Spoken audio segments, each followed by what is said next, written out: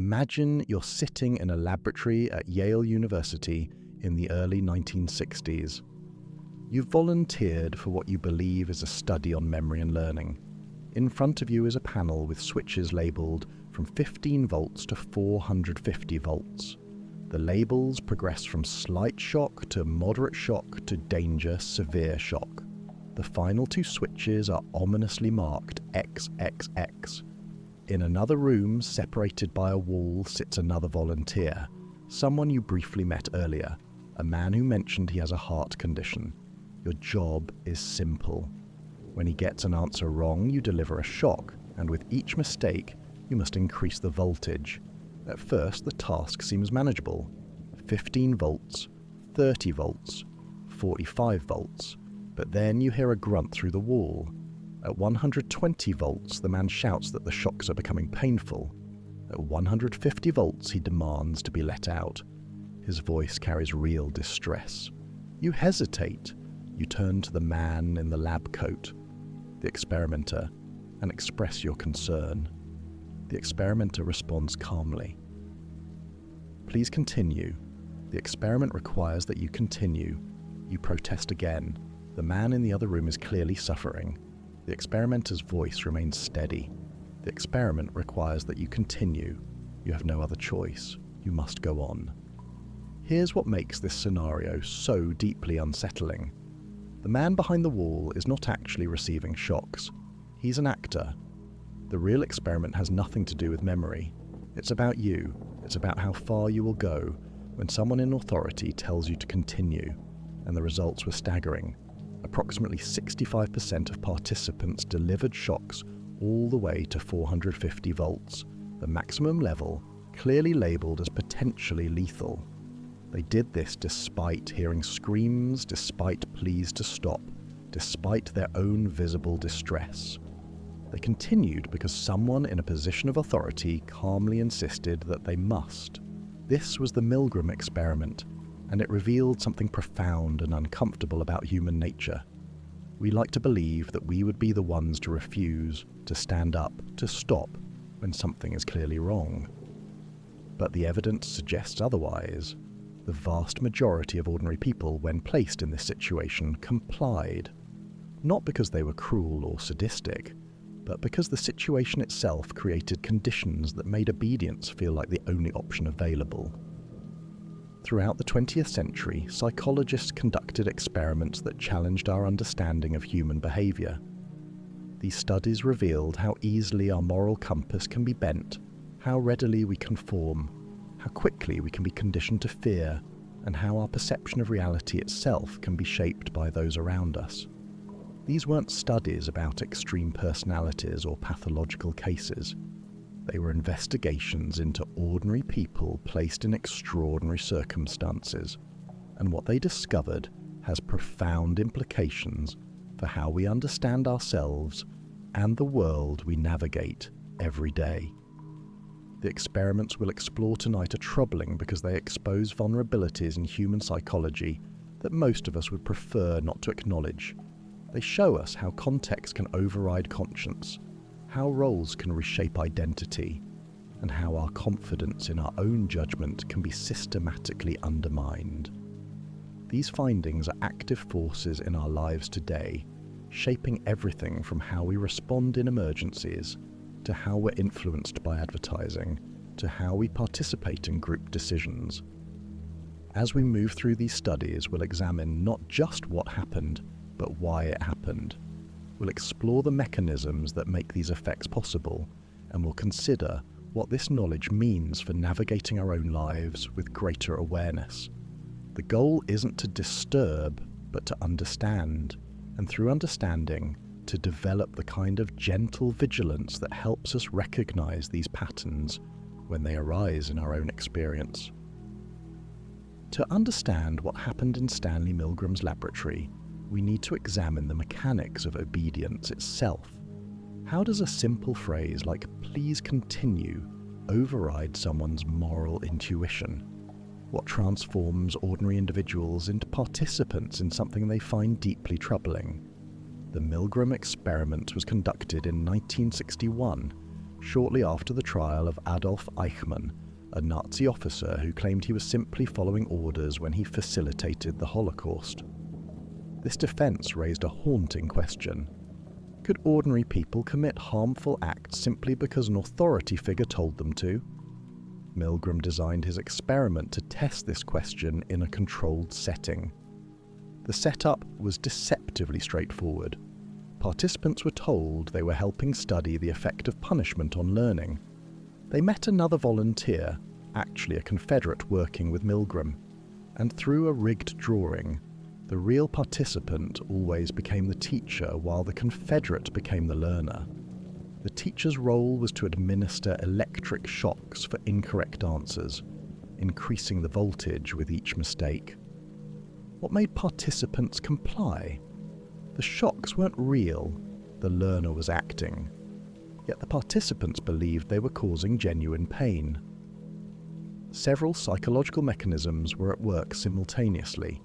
First, there was the incremental nature of the request. Participants didn't start at 450 volts. They began with 15 volts, barely noticeable. Each subsequent shock was only slightly higher than the last. This gradual escalation made it difficult to identify a clear moment to refuse. If 150 volts was acceptable, why not 165? If 165, why not 180? The line kept moving. Second, the presence of legitimate authority played a crucial role. Yale University represented institutional credibility. The experimenter wore a lab coat, spoke calmly, and projected scientific competence. He wasn't threatening or aggressive.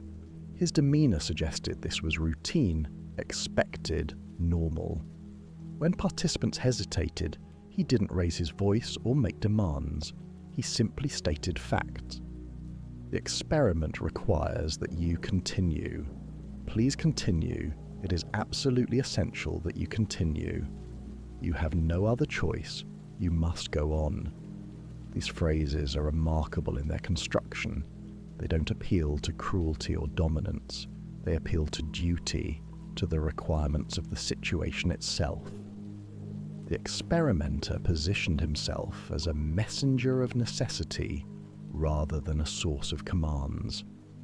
This framing made refusal feel like a violation of commitment rather than an assertion of conscience. Third, there was the diffusion of responsibility. When participants expressed concern, the experimenter explicitly took responsibility. He assured them that he was accountable for what happened. This reassurance, paradoxically, made it easier for participants to continue. If the authority figure accepts responsibility, then perhaps the action itself becomes his burden rather than yours. This is a dangerous psychological transfer, one that recurs throughout history whenever individuals participate in harmful systems while believing the responsibility lies elsewhere. Fourth, the physical distance between the teacher and learner played a significant role. In the original setup, participants could hear the learner but couldn't see him. This separation made it easier to continue. In variations of the experiment where the learner was in the same room, or where the teacher had to physically hold the learner's hand on a shock plate, compliance rates dropped significantly. Proximity to suffering makes it harder to inflict harm. Distance creates psychological space where obedience can flourish. The results were shocking in multiple senses. Before conducting the experiment, Milgram surveyed psychiatrists and asked them to predict how many participants would deliver the maximum shock. The experts estimated perhaps 1 or 2%, individuals with pathological tendencies. The actual result was 65%. Nearly 2/3 of ordinary people continued to the end, delivering what they believed were potentially lethal shocks to a stranger who had done nothing to deserve punishment. When we examine the participants' behavior during the experiment, we see visible signs of distress. Many sweated profusely. Some trembled. Several laughed nervously, a stress response that made them feel worse about themselves. They protested verbally, expressing concern for the learner. Yet, they continued. This is perhaps the most disturbing aspect of the findings. The participants weren't indifferent or sadistic. They were deeply uncomfortable. Their compliance came despite their distress, not because of an absence of moral concern. After the experiment, when participants were debriefed and learned the truth, their reactions varied. Some felt relief, others felt ashamed. Many struggled to reconcile their self-image with their behavior. They had believed they would refuse, that they would be among the minority who stopped. Confronting the gap between their perceived values and their actual behavior created psychological dissonance that some participants carried for years. The Milgram experiment has been criticized on ethical grounds, and rightly so. Participants experienced significant distress, and some argued that the deception involved was harmful in itself. Modern ethical guidelines would not permit an exact replication of Milgram's procedure, yet the findings remain relevant because the mechanisms they revealed continue to operate in everyday life. Consider how authority functions in medical settings. Patients often defer to doctors' recommendations without question, even when they have concerns or when the treatment doesn't align with their preferences. The doctor's expertise and institutional position create a dynamic where questioning feels inappropriate or even disrespectful. This isn't always harmful. Medical expertise is valuable, yet the automatic deference can sometimes lead patients to accept treatments they don't fully understand or that don't align with their values. Consider how authority functions in workplace hierarchies. Employees often implement policies or decisions they disagree with because a supervisor or executive has mandated them. The phrase, "this comes from above," functions similarly to Milgram's "the experiment requires it." It transforms a choice into an inevitability, making compliance feel like the only professional option. Whistleblowers who refuse to comply often face significant personal and professional costs, demonstrating how powerful these obedience structures can be. Consider how authority functions in legal and governmental systems. Following orders is often a requirement of the role, whether in military service, law enforcement, or bureaucratic administration. The structure of these institutions depends on obedience to create coordination and effectiveness. Yet this same structure can enable harmful policies to be implemented by individuals who would never personally endorse those policies. Each person in the chain follows orders, and the cumulative effect can be devastating even though no single individual feels fully responsible. The lesson of the Milgram experiment isn't that people are inherently cruel or that authority is always corrupting. The lesson is that situational factors can override individual judgment in ways we consistently underestimate. We believe our values would guide our behavior, that we would recognize wrongdoing and refuse to participate. The evidence suggests that the situation itself, when structured in certain ways, can make refusal extraordinarily difficult even for people with strong moral convictions. Understanding this mechanism creates an opportunity for awareness. When we find ourselves in situations where authority figures are directing our actions, we can pause and ask certain questions.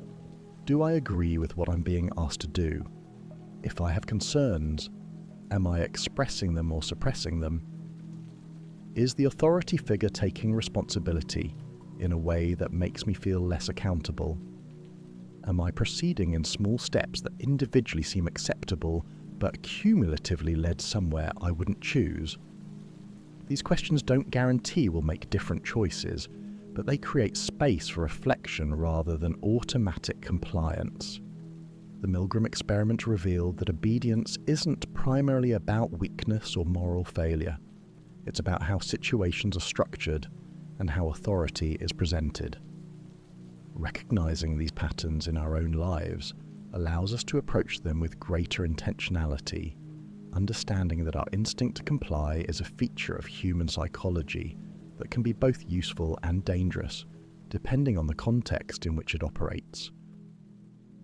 In the summer of 1971, psychologist Philip Zimbardo transformed the basement of Stanford University's psychology building into a mock prison. He recruited college students through newspaper advertisements, screening them carefully to ensure they were psychologically stable, healthy, and had no history of criminal behavior or violence. These were ordinary young men, primarily middle class, well-educated, and by all measures typical college students of that era. Through a coin flip, half were randomly assigned to be guards and half to be prisoners. What happened over the next 6 days shocked even Zimbardo himself. The experiment, planned to run for 2 weeks, had to be terminated early because the situation had deteriorated so rapidly and so completely that continuing posed genuine risks to the participants. Guards became increasingly aggressive and cruel. Prisoners became passive, depressed, and showed signs of acute emotional disturbance. The roles that were supposed to be temporary and artificial became deeply internalized with remarkable speed. To understand how this transformation occurred, we need to examine what happens when people are given roles that come with built-in power differentials. The guards were given uniforms, mirrored sunglasses that prevented eye contact, and wooden batons. They were told to maintain order, but were given minimal specific instructions about how to do so. The prisoners were arrested at their homes by actual police officers who had agreed to cooperate with the study. They were fingerprinted, blindfolded, stripped, deloused, and given uniforms consisting of smocks with identification numbers. They were referred to only by these numbers, never by their names. These details matter immensely. The uniforms created visible markers of status. The mirrored sunglasses depersonalized the guards, making it harder for prisoners to see them as individuals and harder for guards to maintain empathy through eye contact. The removal of names and assignment of numbers stripped away individual identity, transforming people into role occupants. The arrest procedure, despite everyone knowing this was an experiment, created a psychological experience of powerlessness and humiliation that set the tone for what followed. On the first day, both guards and prisoners were somewhat awkward in their roles. There was an experimental quality to the interactions, a sense that everyone was playing a part. But by the second day, something had shifted. The guards began to assert authority more forcefully. They instituted counts where prisoners had to recite their numbers. They created rules about bathroom privileges, meal times, and sleeping arrangements. When prisoners complied too slowly or showed resistance, guards implemented punishments: push-ups, solitary confinement in a small closet, removal of mattresses so prisoners had to sleep on concrete. The prisoners, for their part, initially resisted. On the second day, they barricaded themselves in their cells using their beds. This rebellion was quickly crushed. The guards called in reinforcements from the night shift, used fire extinguishers to force prisoners away from the doors, stripped the ringleaders, and placed them in solitary confinement. From that point forward, resistance largely collapsed. The prisoners had tested the boundaries and learned that the guards had overwhelming power within this artificial environment. What's striking is how quickly the guards escalated their behavior. They began to create arbitrary rules. They forced prisoners to perform humiliating tasks, such as cleaning toilets with their bare hands. Some guards worked extra shifts voluntarily, without additional compensation, apparently finding satisfaction in exercising their authority. In their private conversations, which were recorded, guards discussed strategies for maintaining control and breaking prisoner solidarity. They weren't being directed to do this by Zimbardo. They were innovating methods of domination on their own initiative. The prisoners, meanwhile, began to show signs of serious psychological distress. One prisoner developed a psychosomatic rash that covered much of his body. Another began to experience acute emotional disturbance, crying uncontrollably, and showing signs of disorganized thinking. When Zimbardo offered to release this prisoner, the young man initially hesitated, worried about what the others would think of him for leaving. He had internalized the prison identity so completely that leaving felt like a failure rather than a rational response to distress. Zimbardo himself became absorbed in his role as prison superintendent. When parents came to visit their sons during designated visiting hours, Zimbardo found himself annoyed by their questions and concerns. He worried they might interfere with the study. When a colleague, Christina Maslach, visited the mock prison and expressed horror at what she witnessed, Zimbardo initially became defensive. It took a strong objection to make him recognize how far the situation had deteriorated. Her outside perspective, unburdened by role absorption, allowed her to see clearly what those inside the system had normalized. This is perhaps the most disturbing lesson of the Stanford Prison experiment. It wasn't that the guards were sadistic individuals who were finally given an outlet for cruelty. It was that ordinary people, when placed in a structure that grants them power over others, can rapidly begin to abuse that power. The structure itself, the roles and their associated expectations, transformed behavior in ways the participants themselves didn't anticipate or initially intend. Several mechanisms drove this transformation. First, there was the de-individuation effect. The uniforms and sunglasses reduced individual identity, making it easier to act in ways that might normally provoke guilt or shame. When you're less visible as an individual, the social and internal constraints on behavior weaken. The mirrored sunglasses meant guards didn't have to see the fear or pain in prisoners' eyes, creating emotional distance that facilitated harsh treatment. Second, there was conformity to role expectations. The guards understood that their job was to maintain order and control. Even without explicit instructions to be cruel, they inferred that asserting dominance was part of the role. When some guards began to behave more aggressively, others followed suit, not wanting to appear weak or ineffective in comparison. This created an escalating dynamic where each guard's behavior influenced the others, ratcheting up the overall level of harshness. Third, there was the lack of clear boundaries or oversight. Zimbardo was present, but he was playing the role of superintendent rather than intervening as an outside observer. The guards had enormous discretion in how they maintained order. Without clear limits or accountability, some guards experimented with increasingly aggressive tactics. When these tactics weren't stopped or criticized, they became normalized as acceptable behavior within the context. Fourth, there was the psychological investment in the role. The guards began to identify with their position. Their self-esteem became tied to their effectiveness in maintaining control. When prisoners resisted, it was experienced as a personal challenge rather than a legitimate objection to mistreatment. This personal investment made guards more willing to escalate their responses, viewing harshness as necessary to preserve their authority. The prisoners experienced their own form of role absorption. After the initial rebellion failed, most adopted a stance of passive compliance. They learned helplessness, a pattern we'll explore more deeply in a later chapter.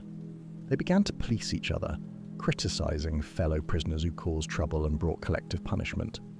Some prisoners became informants, reporting on others to gain favor with guards.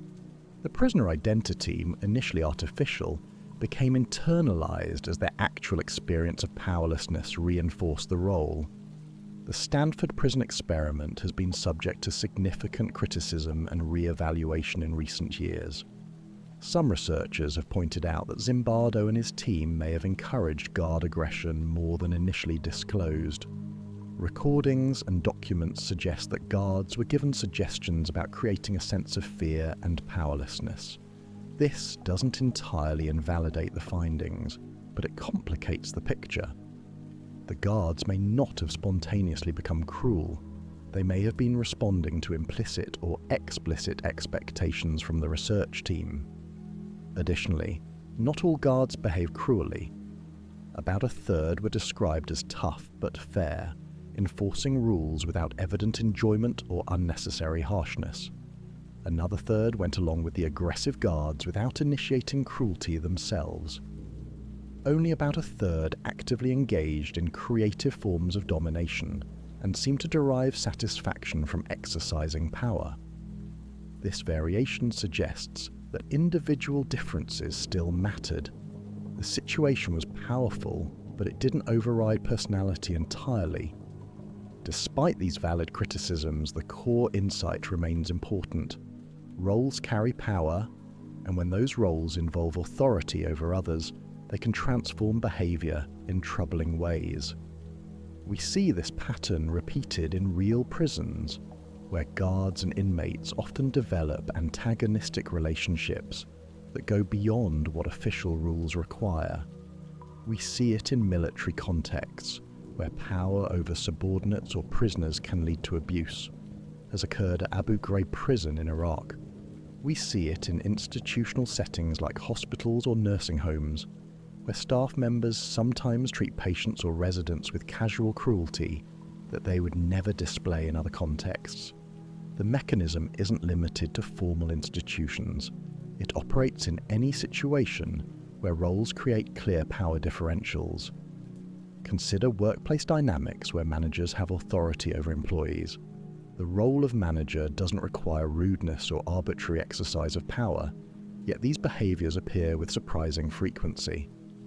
Some managers seem to believe that asserting dominance is part of effective leadership, conflating authority with harshness. Employees, recognizing their dependence on the manager for evaluations and opportunities, often comply with unreasonable demands rather than risk conflict. Consider family dynamics where parents have complete authority over children. Most parents exercise this authority with care and restraint, but the potential for abuse exists precisely because the power differential is so extreme. Children have a limited ability to resist or escape, making them vulnerable to whatever approach the parent adopts. When parents view misbehavior as a challenge to their authority, rather than a developmental process or communication of needs, the response can become disproportionately harsh. Consider educational settings where teachers have authority over students. The role of teacher includes maintaining order and directing learning, but it doesn't require humiliation or favoritism. Yet these dynamics appear frequently. Some teachers seem to enjoy the power their position grants, using grades and classroom rules as tools for control rather than purely for educational purposes. Students, aware of the teacher's power over their academic outcomes, often comply with treatment they experience as unfair rather than challenging it. The lesson of role absorption isn't that we should eliminate all hierarchies or power structures. Many contexts require coordination and authority to function effectively. The lesson is that we need to be aware of how roles shape behavior and implement safeguards against abuse. Clear rules about acceptable conduct, meaningful oversight, accountability mechanisms, and regular rotation out of power positions can all help prevent the kind of escalation that occurred in Zimbardo's mock prison. On an individual level, recognizing role absorption means maintaining awareness of how our position influences our behavior.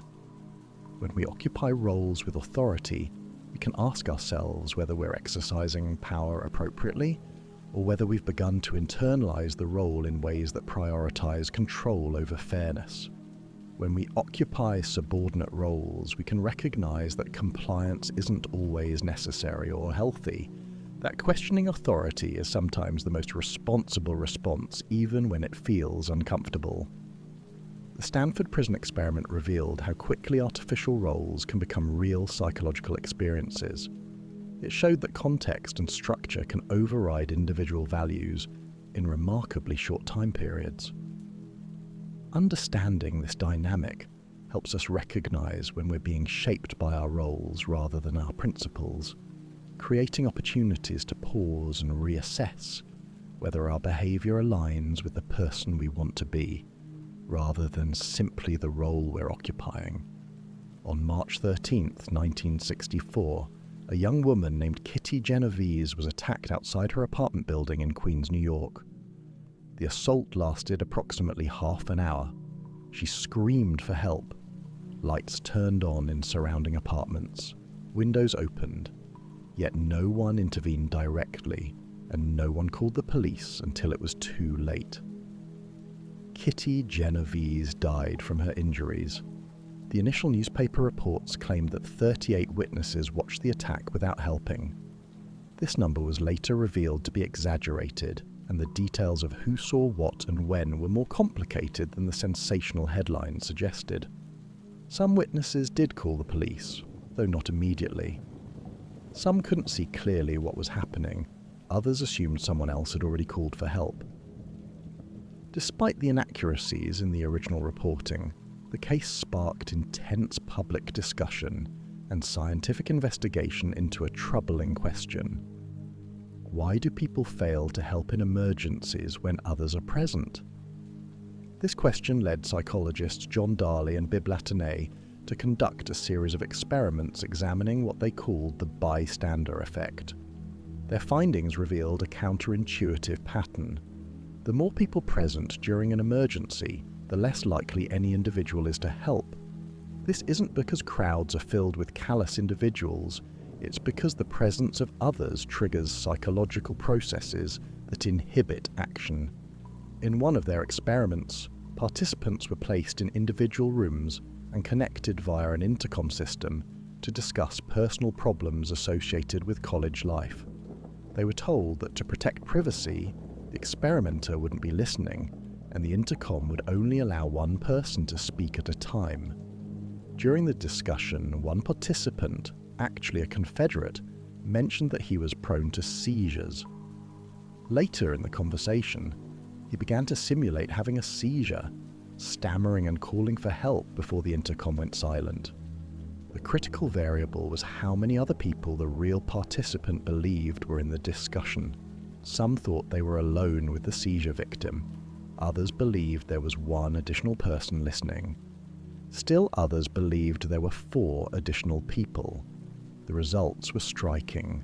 When participants believed they were the only one aware of the emergency, 85% left their room to seek help within the first minute. When they believed one other person was aware, this dropped to 62%. When they believed 4 others were aware, only 31% responded within the first minute. The participants who didn't help weren't indifferent to the victim's distress. When interviewed afterward, they showed clear signs of anxiety and concern. They had experienced a genuine conflict between wanting to help and feeling uncertain about whether intervention was appropriate or necessary. The presence of others created a diffusion of responsibility. Each person assumed that someone else would take action, or had already taken action, making their own intervention less urgent. This diffusion of responsibility operates through several mechanisms. First, there's the ambiguity of the situation. In many emergencies, especially in their early stages, it's not immediately clear that something is seriously wrong. Someone slumped on a sidewalk might be drunk, exhausted, or experiencing a medical crisis. Smoke coming from a building might be from a fire, or from a legitimate source like a ventilation system. When we're alone, we bear full responsibility for interpreting the situation and must make a judgment. When others are present, we look to them for information. If they appear unconcerned, we interpret the situation as less serious. This is called pluralistic ignorance. Everyone is looking to everyone else for cues about how to interpret the situation, and everyone is trying to appear calm and collected. The result is that a group of concerned individuals can collectively signal to each other that nothing is wrong. Each person suppresses their concern to avoid overreacting, and this collective suppression makes the situation appear safer than it actually is. Second, there's the evaluation apprehension. We worry about how others will judge us if we intervene. What if the situation isn't actually an emergency and we look foolish? What if we help and make things worse? What if our assistance is unwanted or inappropriate? When we're alone, these concerns still exist, but there's no audience witnessing our potential mistake. When others are present, the social cost of an error feels higher. We hesitate, waiting for clearer evidence that intervention is necessary, and this hesitation can be fatal. Third, there's the assumption of expertise. When we're in a crowd, we often assume that someone present has more expertise or authority than we do. Surely someone knows what to do better than we do. Surely someone has already called for help. Surely someone with medical training or official authority will step forward. This assumption makes our own action feel redundant or even presumptuous. We defer to the imagined expertise of others, and everyone in the crowd is making the same calculation, resulting in collective inaction. The urban anonymity mentioned in the chapter title amplifies these effects. In cities, we're surrounded by strangers. We don't know them, they don't know us, and we're unlikely to encounter them again. This anonymity reduces the social pressure to help. In small communities where everyone knows everyone, reputation matters enormously. Failing to help would become known and would affect how others treat you. In urban environments, this accountability largely disappears. We can witness an emergency, fail to intervene, and walk away without social consequence. Urban environments also normalize the presence of distressed individuals. Someone asking for help on a city street is a common occurrence. Many of these requests are not genuine emergencies. Some are scams. Some are attempts to sell something. Some are from individuals with chronic problems that can't be solved through brief intervention. Over time, city dwellers develop a kind of psychological armor, filtering out many requests for attention or assistance. This protective mechanism is adaptive in some ways, preventing emotional exhaustion, but it creates a risk of filtering out genuine emergencies along with the routine noise. The bystander effect has been demonstrated across numerous contexts. People are less likely to report smoke in a building when others are present. They're less likely to intervene in apparent fights or assaults. They're less likely to help someone who has fallen. They're less likely to pick up dropped items or return lost property. The effect is remarkably robust, appearing across cultures, age groups, and situations. The effect is stronger in some conditions than others. When the emergency is clearly dangerous and unambiguous, helping rates increase. When the victim makes direct eye contact with a specific individual and explicitly asks for help, that person becomes significantly more likely to respond. When someone in the crowd takes initial action, others often follow, breaking the spell of inaction. These patterns reveal that the bystander effect isn't an absolute barrier to helping. It's a psychological friction that can be overcome through clarity, directness, and modeling. Understanding the bystander effect has practical implications for how we respond in emergencies. If you need help, the research suggests specific strategies. Don't make a general appeal to the crowd. Single out a specific individual. Make eye contact. Point at them if necessary. Give clear, direct instructions. You in the blue jacket, call 911. You with the backpack, I need you to help me move this person. This direct assignment of responsibility counteracts diffusion. The person can no longer assume someone else will handle it. They've been specifically designated, making inaction much more difficult psychologically. If you witness an emergency, recognize that your instinct to wait and see if someone else will act is a predictable psychological response, not a reflection of your character. You can override this instinct by consciously taking responsibility. Assume that if you don't act, no one will. Don't look to others for confirmation that action is needed. Trust your initial assessment. If something seems wrong, it probably is. Act on that assessment, even if others appear unconcerned. The bystander effect also appears in non-emergency contexts, particularly in organizational settings. When a problem emerges in a workplace, and everyone assumes someone else will address it, the problem persists. When unethical behavior occurs, and everyone believes someone else will report it, the behavior continues. When a project needs attention and everyone thinks someone else is handling it, deadlines are missed. The same psychological mechanisms operate in these situations. Responsibility feels diffused across the group, reducing any individual's sense of urgency or obligation. In online environments, the bystander effect takes new forms. When someone posts about a crisis or requests help on social media, the number of people who see the post can actually reduce the likelihood that anyone responds. Each viewer assumes someone else will help. When cyberbullying occurs, witnesses often fail to intervene, assuming others will step in or that their individual contribution won't matter. The visibility of the audience, paradoxically, reduces individual accountability.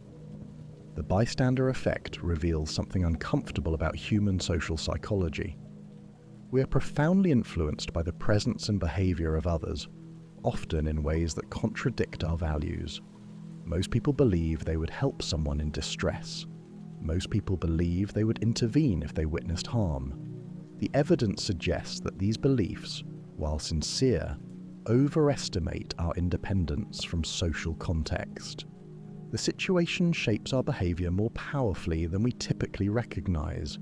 This doesn't mean we're fundamentally selfish or callous. The participants in bystander effect studies genuinely cared about the victims. They experienced distress at the thought of someone suffering.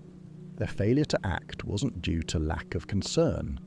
It was due to psychological mechanisms that inhibited action despite their concern. Recognizing these mechanisms allows us to counteract them. We can consciously override the instinct to defer to others. We can remind ourselves that if we don't act, no one else might either.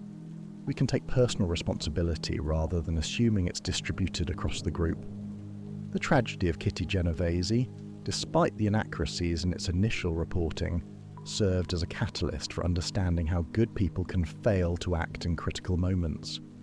The research it inspired revealed that helping behavior is powerfully shaped by social context. When we're alone, we act. When we're in groups, we hesitate. This pattern isn't inevitable, but it is predictable. Understanding it gives us tools to resist it, both as potential helpers and as people who might need help. The key is recognizing that numbers don't guarantee assistance. Sometimes, being in a crowd is the most dangerous place to need help, unless someone in that crowd understands the bystander effect and consciously chooses to break the pattern of inaction.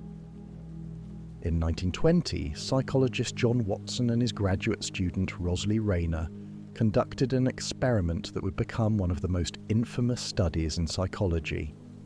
Their subject was a 9-month-old infant they called Albert B, known to history as Little Albert.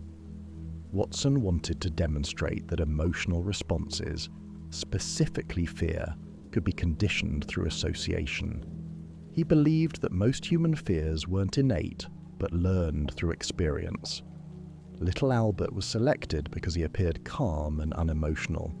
Watson tested him with various stimuli: a white rat, a rabbit, a dog, a monkey, masks, burning newspapers. Albert showed no fear of any of these objects. He was curious, reaching out to touch them. Watson had established a baseline. Albert had no pre-existing fear of these things. Then Watson introduced a new element. Whenever Albert reached for the white rat, Watson would strike a steel bar with a hammer directly behind the child's head, creating a loud, startling noise. Albert would cry and show distress at the sound. After several pairings of the rat with the loud noise, something changed. Albert began to cry at the sight of the rat alone, even without the noise. The fear had been conditioned. The conditioning didn't stop with the rat. Albert began showing fear responses to other white, furry objects. A rabbit made him cry. A dog caused distress. A fur coat triggered fear. Even a Santa Claus mask with a white beard provoked a negative reaction. Watson had demonstrated stimulus generalization.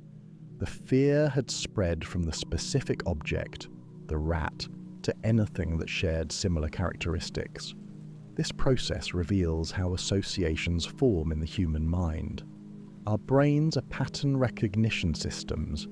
constantly making connections between events that occur together in time.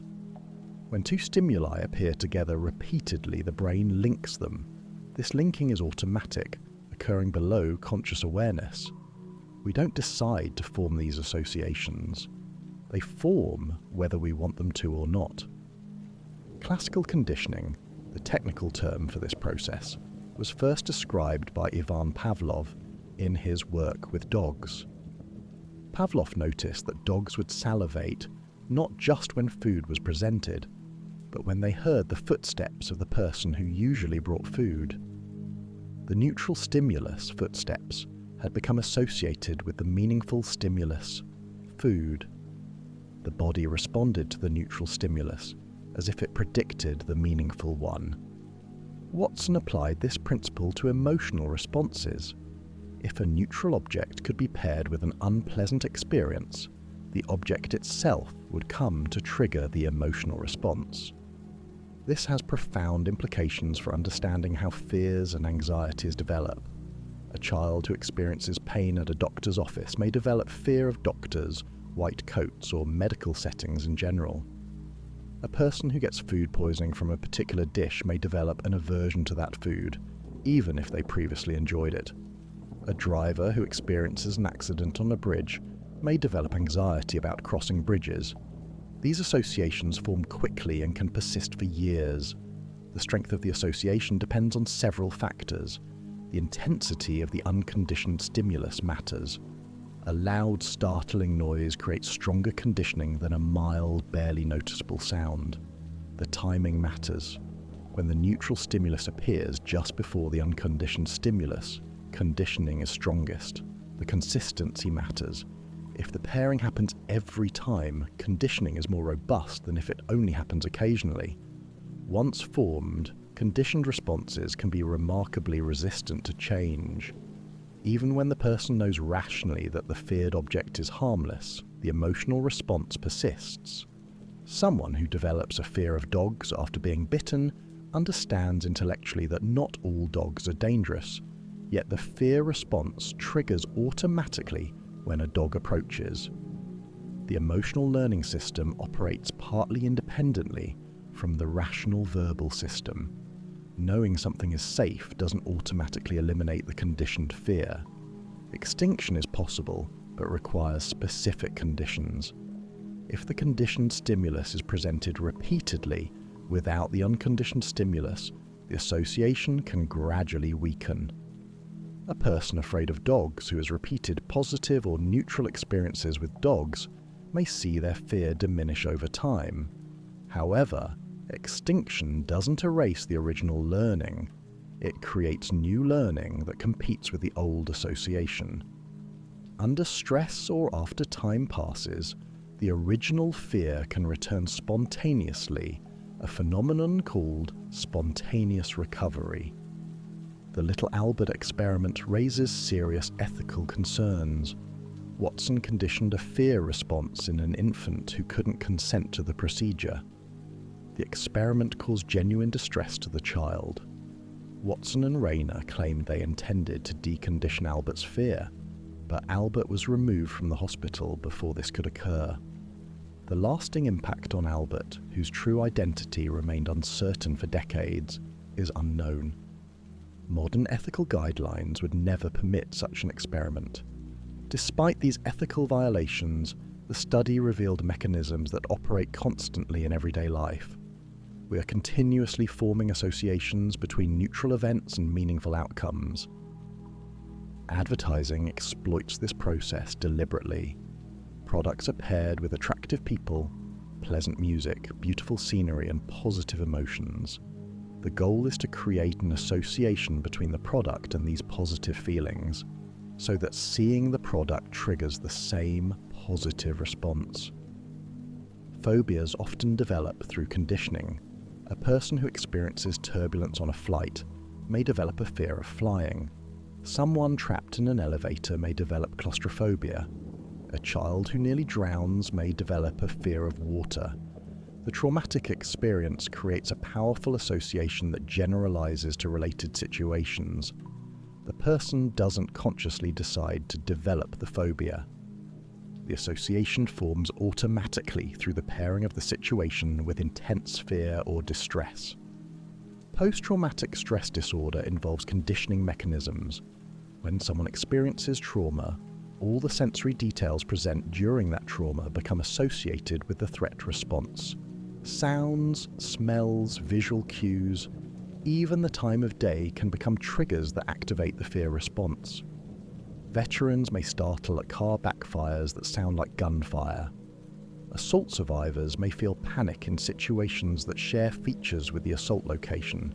The body remembers through these associations, responding to potential danger even when current circumstances are safe. Understanding conditioning helps explain why changing behavior patterns is difficult. If someone has learned to associate alcohol with stress relief, the urge to drink will activate whenever stress appears. If someone has learned to associate criticism with rejection and abandonment, they will experience intense anxiety when receiving feedback. If someone has learned to associate their own emotions with danger or punishment, they will suppress their feelings automatically. These patterns were learned through experience, encoded as associations that trigger without conscious thought. Breaking these patterns requires more than insight. Understanding why you fear something doesn't eliminate the fear. Change requires creating new associations, experiencing the conditioned stimulus without the negative outcome repeatedly, until the new learning becomes stronger than the old pattern. This is why exposure therapy, where people gradually face feared situations in safe contexts, can be effective for phobias and anxiety disorders. It's not about forcing yourself through fear. It's about allowing the brain to learn through experience that the feared situation is actually safe. The Little Albert experiment, despite its ethical failures, demonstrated a fundamental aspect of how we learn and adapt. Our emotional responses are shaped by our experiences in ways we don't consciously control. Recognizing this helps us understand our own reactions with more compassion. That intense fear response isn't a character flaw or irrational thinking.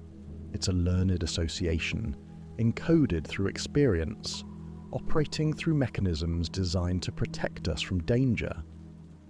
Understanding these mechanisms gives us pathways to change them, not through willpower or reasoning, but through creating new experiences that teach the emotional learning system something different. In the late 1960s, psychologist Martin Seligman was studying classical conditioning in dogs.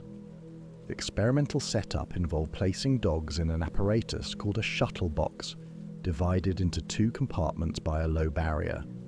The floor could deliver mild electric shocks. The dogs could escape the shocks by jumping over the barrier to the other side. Most dogs learned this quickly. They experienced the shock, discovered they could escape, and began jumping as soon as the warning signal appeared. But Seligman introduced a variation. Before placing dogs in the shuttle box, he first restrained them in harnesses and exposed them to shocks they couldn't escape. No matter what they did, the shocks continued on a predetermined schedule. After this experience, when these dogs were placed in the shuttle box where escape was possible, something unexpected happened. They didn't try to escape, they lay down and endured the shocks, even though jumping the barrier would end their discomfort. They had learned helplessness. This finding was startling.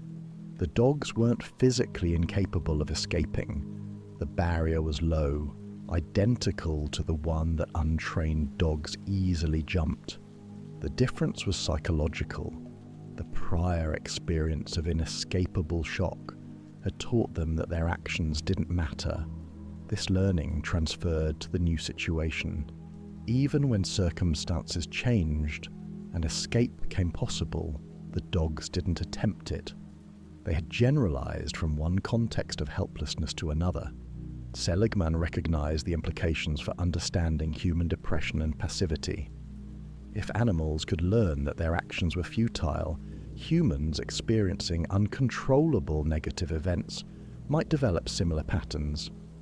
Someone who faces repeated failures despite genuine effort might conclude that trying is pointless. Someone in an abusive relationship where nothing they do prevents mistreatment might stop attempting to improve their situation.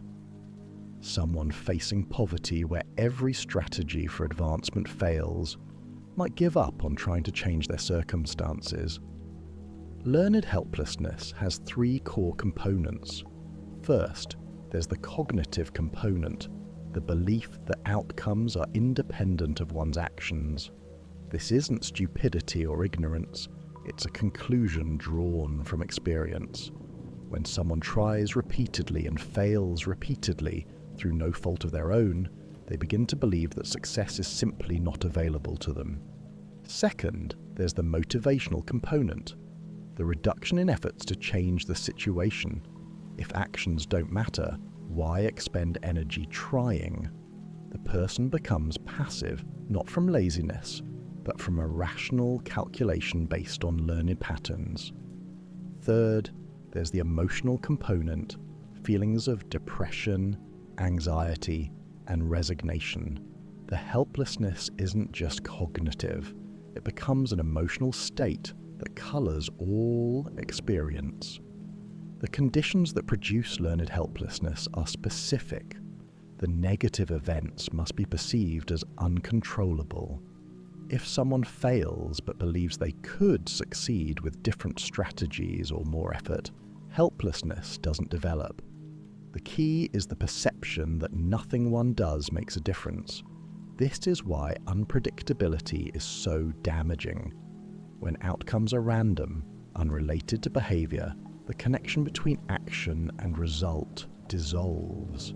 The person can't learn what works because nothing consistently works. Children raised in unpredictable environments are particularly vulnerable.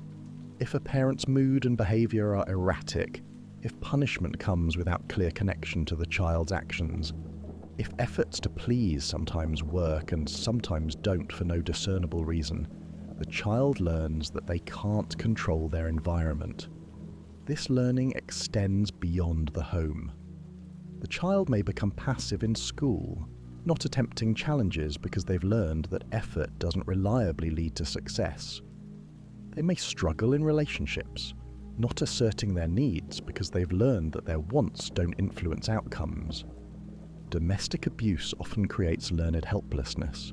The abuse is unpredictable, happening regardless of the victim's behavior. Attempts to prevent it by being more compliant, more careful, more loving, or more distant all fail. The abuser's behavior follows their own internal states, not the victim's actions. Over time, the victim stops trying to escape or change the situation. People outside the relationship wonder why the person doesn't leave. The answer involves learned helplessness. The person has learned through painful experience that their actions don't effectively change their circumstances. Workplace environments can foster learned helplessness. Employees who see that promotions and recognition are distributed arbitrarily, unrelated to performance or effort, stop trying to excel. Workers who face criticism, regardless of the quality of their work, stop attempting to improve. When feedback is inconsistent, when standards change unpredictably, when success on one project doesn't predict success on the next, people become passive. They do the minimum required because they've learned that doing more doesn't reliably produce better outcomes. The opposite of learned helplessness is a sense of agency, the belief that one's actions influence outcomes. People with strong agency keep trying after failures. They view setbacks as informative rather than definitive. They look for strategies that might work rather than concluding that nothing will work. This resilience isn't genetic or fixed. It develops through experience, specifically through experiences where effort leads to results, where cause and effect are clear, where the person can see the connection between what they do and what happens. Breaking learned helplessness requires creating experiences of control. The person needs opportunities to see that their actions matter, starting with small, manageable situations where success is likely. For the dogs in Seligman's studies, Researchers found they could reverse learned helplessness by physically pulling the dogs over the barrier, forcing them to experience escape. After several forced escapes, the dogs began jumping on their own. They had to experience the connection between action and relief before they would attempt it independently. For humans, the process is similar but more complex. Someone experiencing learned helplessness needs experiences where they attempt something and succeed, where they make a choice and see positive results, where their effort clearly produces an outcome. These experiences need to be genuine, not patronizing or artificially easy. The person needs to believe that their action caused the result, not that someone gave them success out of pity. Understanding learned helplessness changes how we interpret passivity. When someone isn't trying, the easy conclusion is that they're lazy or unmotivated. Learned helplessness suggests a different interpretation. Perhaps they tried extensively and learned that trying doesn't work. The passivity isn't the problem, it's the symptom. The problem is the prior experience of uncontrollability that taught them effort is futile. In the 1950s and 1960s, psychologist Harry Harlow conducted experiments on rhesus monkeys that would fundamentally change our understanding of attachment and emotional development. Harlow was investigating a question that seemed straightforward but had profound implications. What do infants need from their caregivers? The prevailing theory at the time suggested that attachment formed primarily around feeding. Infants bonded with their mothers because mothers provided food. Love, according to this view, was secondary to nutrition. Harlow designed an experiment to test this assumption. He separated infant monkeys from their mothers shortly after birth and placed them in cages with two artificial surrogate mothers. One surrogate was made of wire mesh with a bottle attached, providing milk. The other was covered in soft terry cloth but provided no food. If attachment was primarily about nutrition, the infant monkeys should prefer the wire mother who fed them. Instead, the monkeys spent most of their time clinging to the cloth mother, only visiting the wire mother briefly to feed before returning to the comfort of the soft surrogate. When frightened by a mechanical toy or loud noise, the infant monkeys ran to the cloth mother, not the wire mother. They used the cloth mother as a secure base, gaining comfort before cautiously exploring the frightening stimulus. The wire mother, despite providing food, offered no comfort. The monkeys treated her as a feeding station, nothing more. This demonstrated that contact comfort, the physical sensation of warmth and softness, was more important for attachment than feeding itself. Harlow's experiments grew more disturbing. He raised monkeys in complete isolation, some for 3 months, some for 6 months, some for a year or more. These monkeys had no contact with other monkeys or humans beyond the minimum necessary for physical care. When finally introduced to other monkeys, the isolated infants showed severe behavioral abnormalities. They rocked back and forth, they bit themselves, they couldn't play or interact normally with peers. They showed either excessive aggression or complete withdrawal. The longer the isolation, the more severe and permanent the damage. Female monkeys raised in isolation who later became mothers through artificial insemination were incompetent and often abusive with their own offspring. They didn't know how to hold their infants. Some ignored their babies completely. Others attacked them. The capacity for normal maternal behavior had been disrupted by their lack of early social experience. This wasn't a matter of instinct alone. Proper caregiving required learning through social interaction during critical developmental periods. These findings aligned with observations of human children in institutional settings. Romanian orphanages studied in the 1990s after the fall of Ceausescu's regime revealed similar patterns. Children raised in severely deprived conditions with minimal human contact and interaction show profound developmental delays. Even when adopted into loving homes, many struggled with attachment, emotional regulation, and social relationships. Early deprivation created lasting impacts that intensive intervention could improve but not always fully reverse. The critical insight from these studies is that social connection isn't a luxury or bonus in development. It's a fundamental requirement, as essential as nutrition or physical safety. Human infants are born profoundly helpless, dependent on caregivers for survival far longer than most species. This extended dependency creates both vulnerability and opportunity. The vulnerability is obvious. Without adequate care, the infant dies. The opportunity is less obvious, but equally significant. The extended period of dependency allows for complex learning, particularly learning about relationships, emotions, and social navigation. Attachment theory, developed by John Bowlby and expanded by Mary Ainsworth, describes how early relationships shape expectations about future relationships. Infants whose needs are met consistently and responsively develop secure attachment. They learn that others are reliable, that distress brings comfort, that the world is generally safe. This foundational security allows them to explore confidently, knowing they have a safe base to return to when needed. Infants whose needs are met inconsistently develop anxious attachment. Sometimes their caregiver is available and responsive. Sometimes the same signals of distress are ignored or met with irritation. The infant can't predict what response they'll receive. This unpredictability creates anxiety and hypervigilance. The child learns to amplify their distress signals, crying louder and longer, trying to ensure they get the attention they need.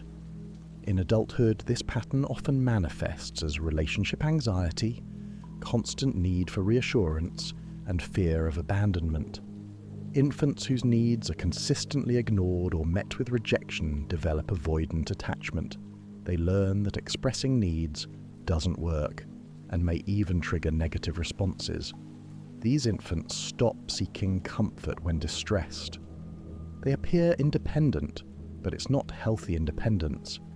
It's a defensive adaptation to an environment where vulnerability wasn't safe. In adulthood, this often appears as difficulty with intimacy, discomfort with emotional expression, and a tendency to withdraw when stressed rather than seeking support. Infants who experience frightening or chaotic caregiving develop disorganized attachment. The person who should provide safety is also the source of fear. This creates an impossible bind. The infant's instinct when frightened is to approach the caregiver, but the caregiver is frightening. There's no coherent strategy that works. These children often show contradictory behaviors, approaching and withdrawing simultaneously, freezing when distressed, or displaying odd combinations of avoidance and resistance. Disorganized attachment in childhood predicts significant struggles with relationships and emotional regulation in adulthood.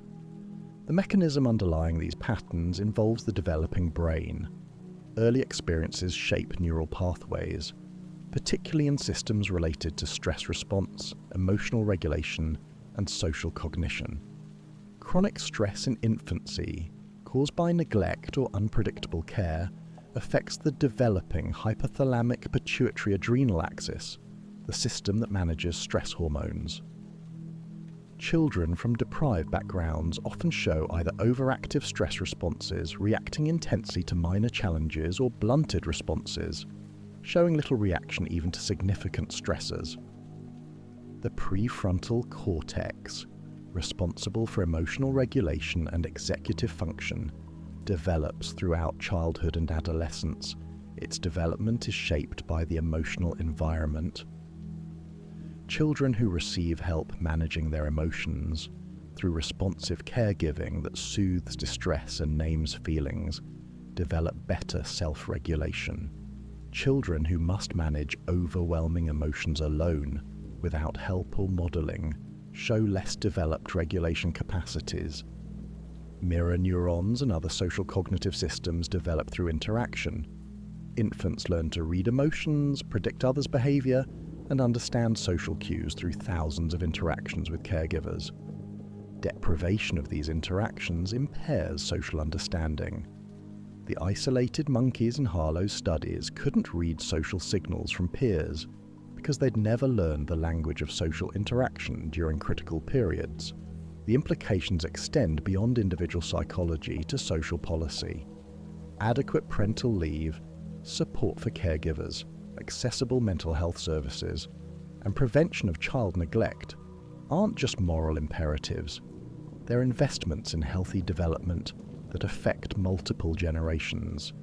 Children who receive secure early attachment are more likely to provide it to their own children. Cycles of trauma and insecure attachment can persist across generations, not through genetics, but through learned patterns of relationship. Understanding attachment doesn't mean blaming parents for every struggle their children face. Many factors influence development beyond parental behavior. Temperament, life circumstances, community support, and later relationships all play roles. Additionally, parents who struggle to provide secure attachment are often themselves dealing with their own attachment wounds, economic stress, mental health challenges, or lack of support. Compassion for both children and parents is essential. The practical lesson involves recognizing that connection is not optional. Humans are social creatures who require relationship for healthy development. Isolation, whether physical or emotional, creates damage that extends beyond loneliness. It affects how we see ourselves, how we relate to others, and how we manage the basic challenges of existence. When someone struggles with relationships or emotional regulation, asking about their early experiences often reveals patterns of inadequate connection that shape their development. Recovery is possible. Attachment patterns established in infancy aren't permanent. Later relationships, including friendships, romantic partnerships, and therapeutic relationships, can provide corrective experiences. Someone with insecure attachment can develop security through relationships that consistently demonstrate reliability, safety, and responsiveness. The brain retains plasticity throughout life. New experiences create new neural patterns that can compete with and eventually override earlier maladaptive patterns.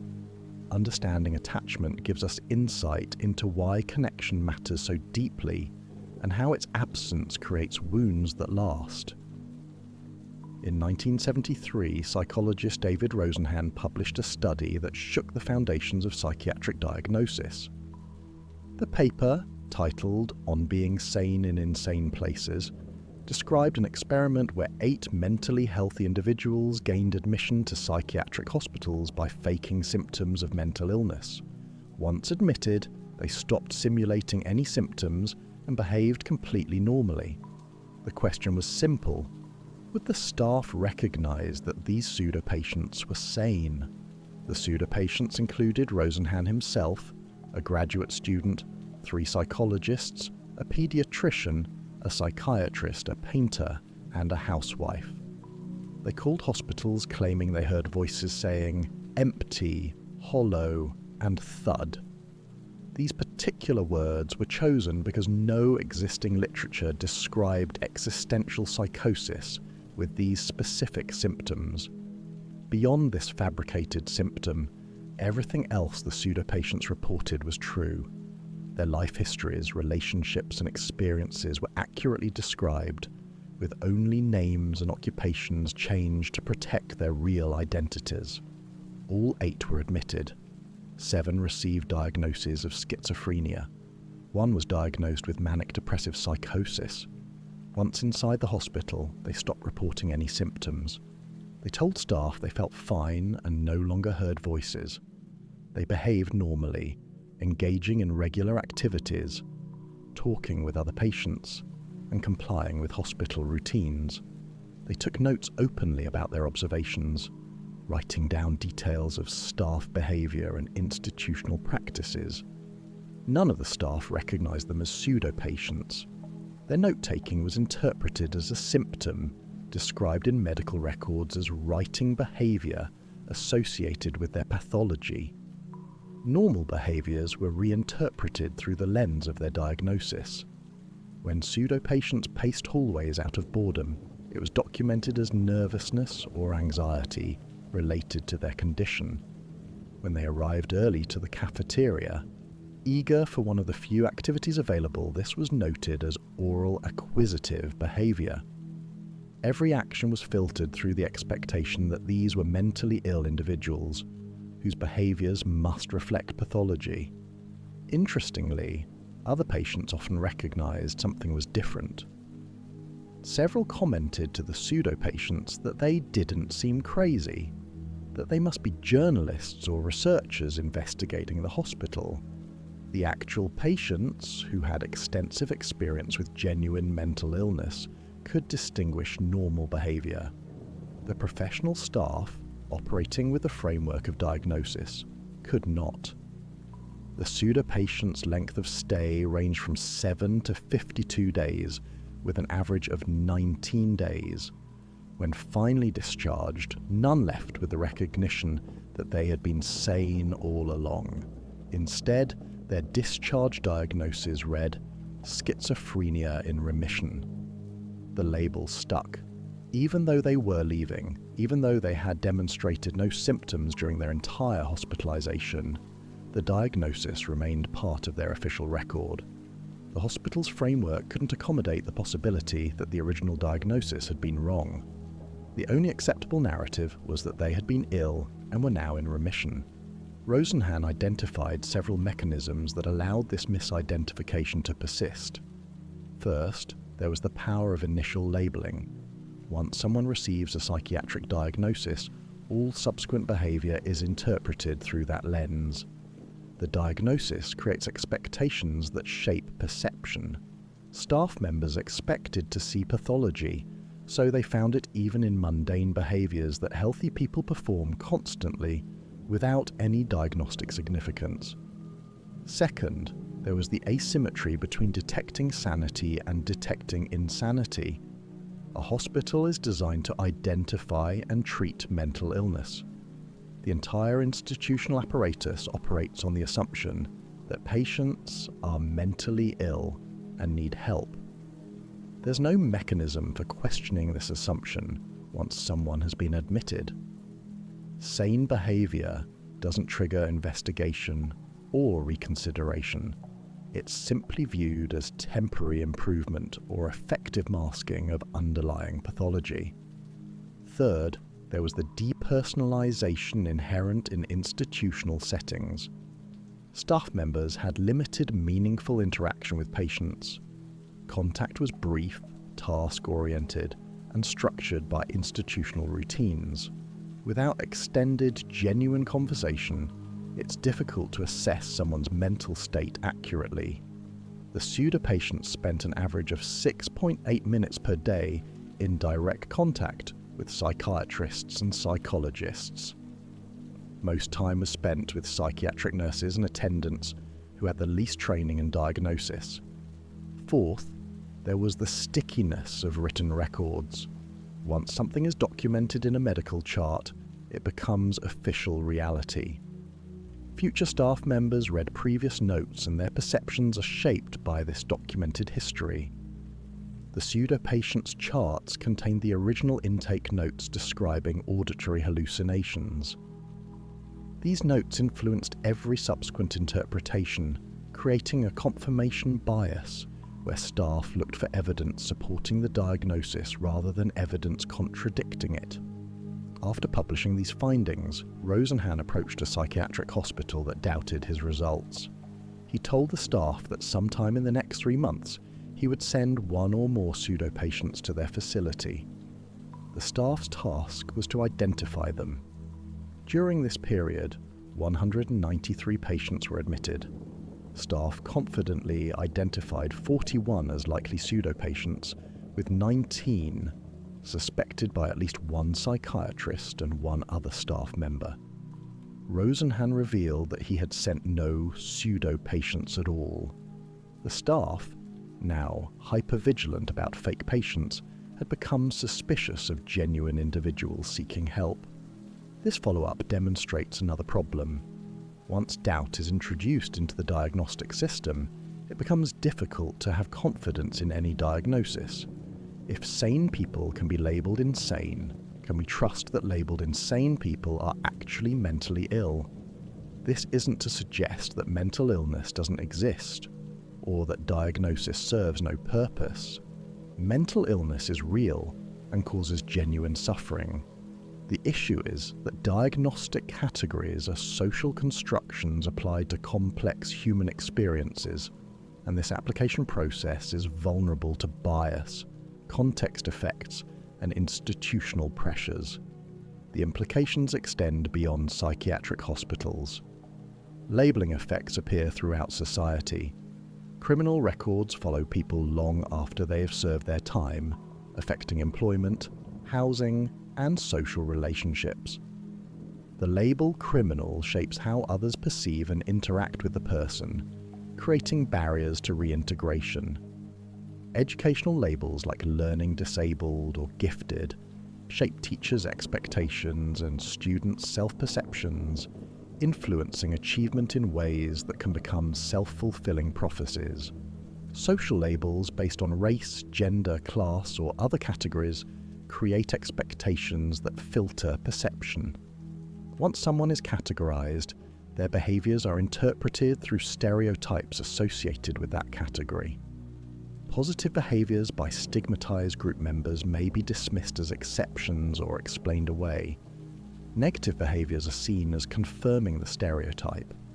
This biased interpretation perpetuates inequality by making it difficult for individuals to be seen as individuals rather than representatives of their labelled category. The medical model of mental illness, while useful in many ways, creates risks. When psychological suffering is labelled as disease, it can reduce stigma by framing struggles as medical conditions rather than moral failings. However, it can also create permanent patient identities where people come to see themselves as fundamentally broken or defective.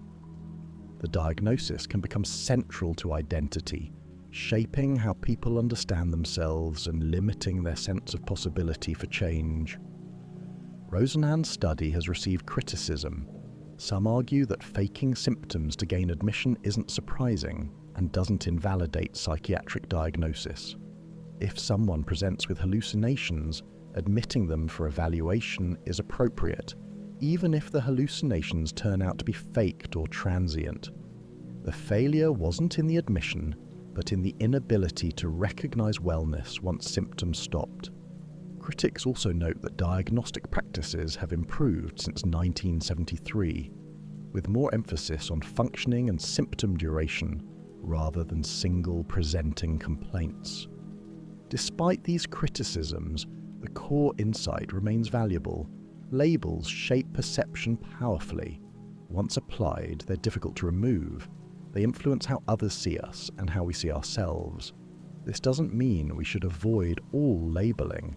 Categories and diagnoses can be useful for organizing information, guiding treatment, and helping people understand their experiences. The key is holding labels lightly, remembering they're simplified descriptions of complex realities, not definitive truths about a person's essential nature.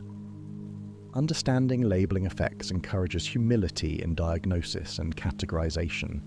When we label someone, we should remain open to revising that label as we gather more information. We should recognize that the label is a tool for understanding, not a complete description of the person. We should be aware of how our expectations, shaped by labels, might bias our perception and interpretation of behavior. This awareness doesn't eliminate bias entirely, but it creates opportunities to notice and correct for it, allowing us to see people more clearly as they actually are, rather than as we expect them to be based on their labels. In 1961, President John F. Kennedy approved a CIA plan to invade Cuba at the Bay of Pigs. The goal was to overthrow Fidel Castro using a force of Cuban exiles trained and equipped by the United States. the invasion was a catastrophic failure. The exiles were quickly defeated, over 100 were killed, and more than 1,000 were captured.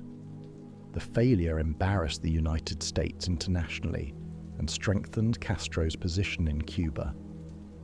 How did intelligent, experienced advisors approve such a flawed plan? Psychologist Irving Janis studied this decision and other foreign policy disasters to understand what went wrong. He identified a phenomenon he called groupthink, a mode of thinking that occurs when the desire for harmony and consensus in a group overrides realistic appraisal of alternative courses of action. The group's cohesion becomes more important than critical evaluation, and dissent is suppressed to maintain unity. Groupthink emerges under specific conditions. The group is highly cohesive, with members who value their belonging and don't want to disrupt relationships. The group is isolated from outside opinions, creating an echo chamber where internal consensus isn't challenged by external perspectives. The leader has a clear preference, signaling which direction they favor and making disagreement feel like disloyalty. There's pressure for unanimity, with mechanisms that discourage or punish dissent. These conditions create an environment where critical thinking is sacrificed for apparent agreement. In the Bay of Pigs decision, Kennedy's advisory group displayed classic symptoms of groupthink.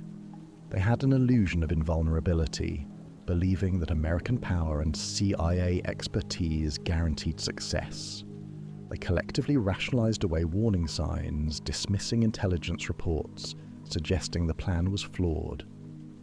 They held stereotyped views of the enemy, assuming Castro's forces were incompetent and that the Cuban population would immediately support the invasion.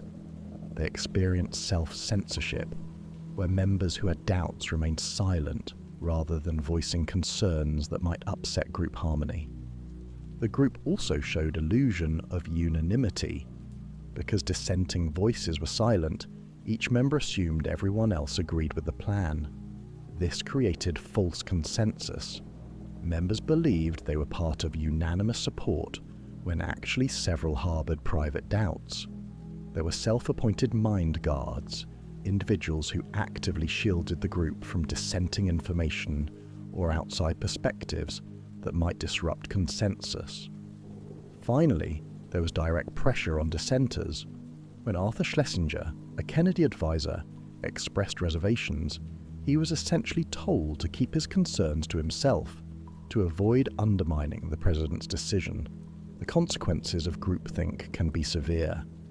Incomplete survey of alternatives means the group fails to consider multiple options, settling quickly on a preferred course without thorough exploration of possibilities.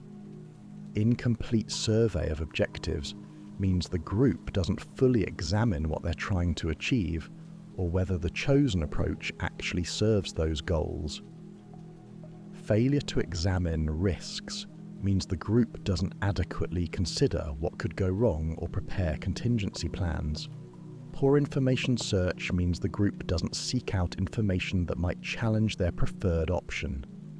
Selective bias in processing information means warning signs are dismissed while confirming information is emphasized.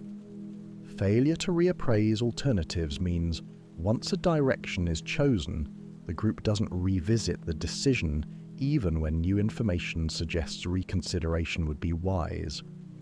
Groupthink isn't limited to political decisions. It appears in corporate boardrooms where executives fail to challenge a CEO's flawed strategy. It appears in medical teams where junior members don't question a senior physician's diagnosis even when they notice concerning signs. It appears in juries where members go along with the majority to avoid prolonged deliberation. It appears in families where everyone pretends everything is fine rather than acknowledging serious problems.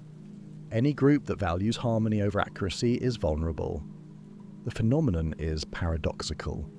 Groups are often formed specifically to make better decisions than individuals would make alone. Multiple perspectives should improve judgment. Diverse expertise should catch errors. Yet under groupthink conditions, the group makes worse decisions than a thoughtful individual might make because the social dynamics override individual judgment. The collective becomes less intelligent than its members. Several factors make groupthink more likely. High stress increases the desire for consensus and reduces tolerance for uncertainty. When decisions must be made quickly under pressure, the group seeks agreement rather than extensive debate.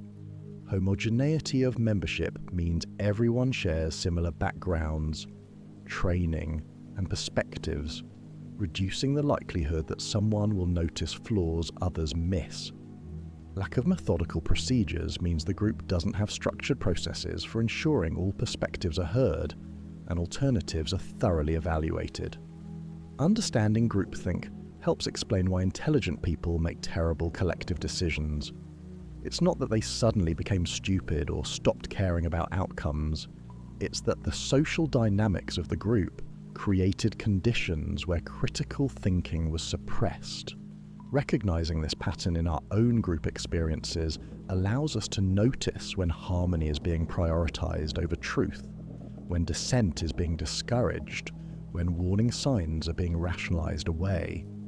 Groupthink reveals that social pressure doesn't only come from explicit demands for conformity. It emerges from our own desire to belong, to maintain relationships, to avoid conflict. We silence ourselves without anyone explicitly telling us to be quiet. We go along without anyone forcing us to agree. The pressure is internal, generated by our social nature and our need for group acceptance. Understanding this helps us recognize when we're conforming for social reasons, rather than because we genuinely believe the group's direction is correct, giving us the opportunity to speak up even when silence feels safer. In 1966, psychologists Jonathan Friedman and Scott Fraser conducted an experiment in a California neighborhood. They approached homeowners with a request. Would they be willing to place a large, poorly designed sign reading "Drive carefully" in their front yards? The sign was ugly, obtrusive, and would dominate the yard. Unsurprisingly, only 17% agreed to this initial request. But there was a second group.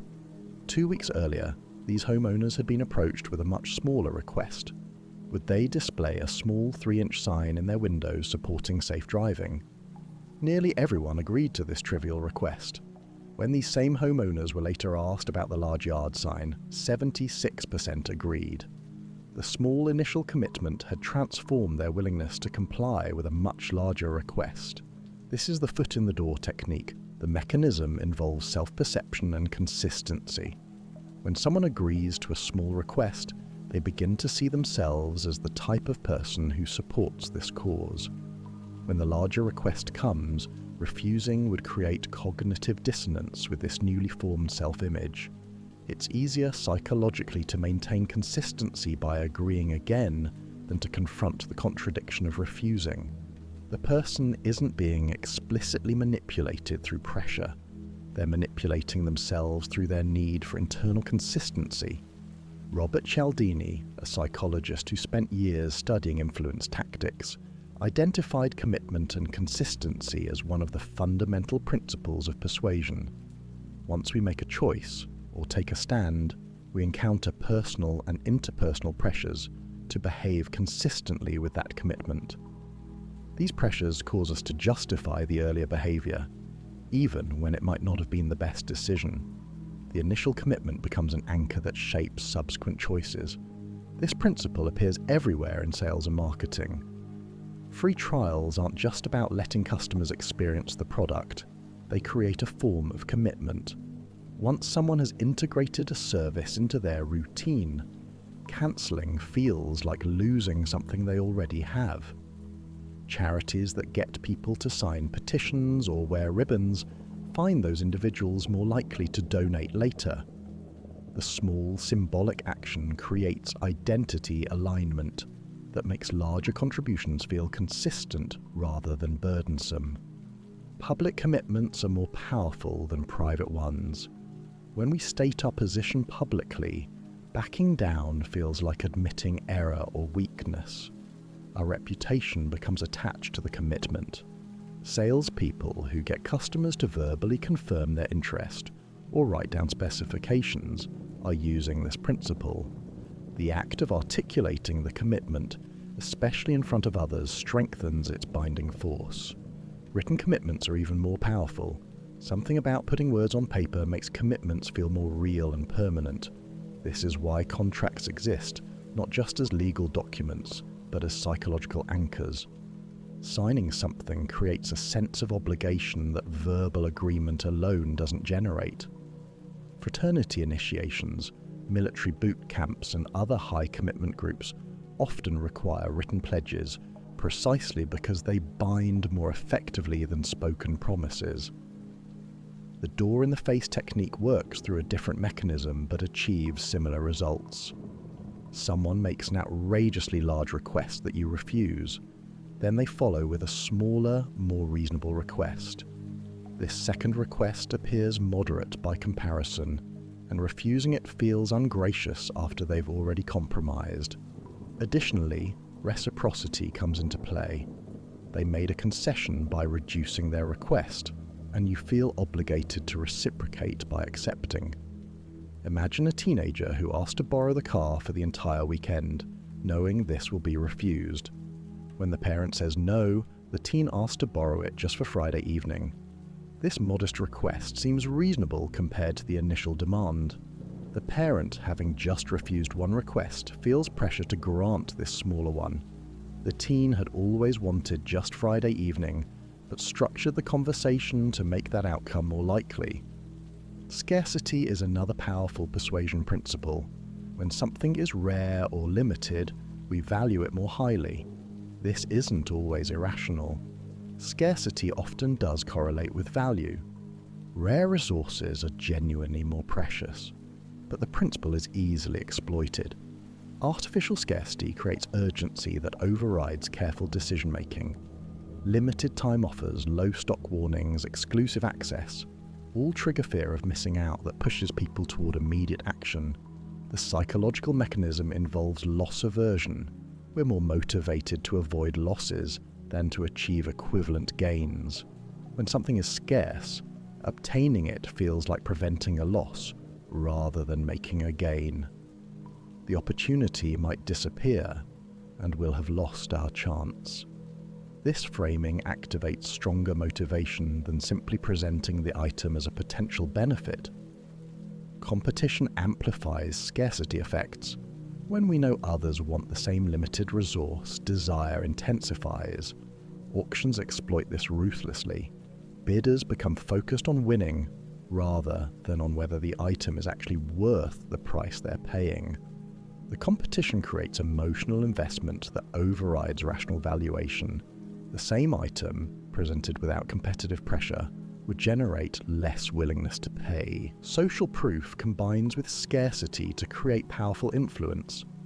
When we see others wanting something scarce, we infer it must be valuable.